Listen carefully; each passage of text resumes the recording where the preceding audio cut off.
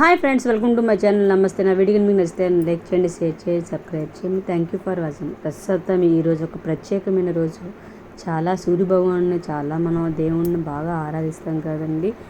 ఎక్కువ జామున లేసి మనము తెల్లటి జిల్లా ఆకులతోని నేరేడు పళ్ళతోని మనం తలారని స్నానం చేసుకోవాలండి. అలాగే మనం ఆవు పిడకలతోని పాలు పొంగించుకోవాలి ఫ్రెండ్స్. ఈ విధంగా మనం చేస్తే అష్టైశ్వర్య ఆరోగ్యము అంతా బాగుంటుంది.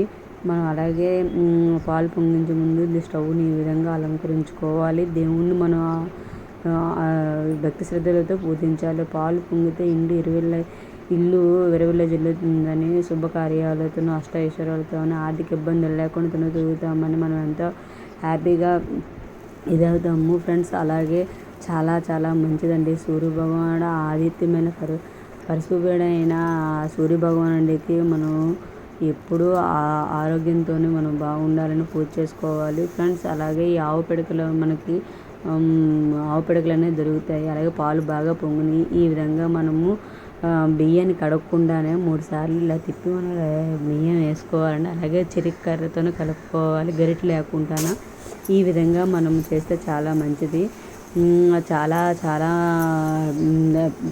ఇంట్లో ఉన్న పిల్లలకు కానీ పెద్దవాళ్ళకి కానీ ఆరోగ్యం కానీ ఏమీ బాగోలేకపోయినా వాళ్ళ కోసమైనా మనం దేవుని సూర్య భగవాను దండం పెట్టుకుంటే అతను లేనిదే మనకి ఈ సృష్టి లేదు.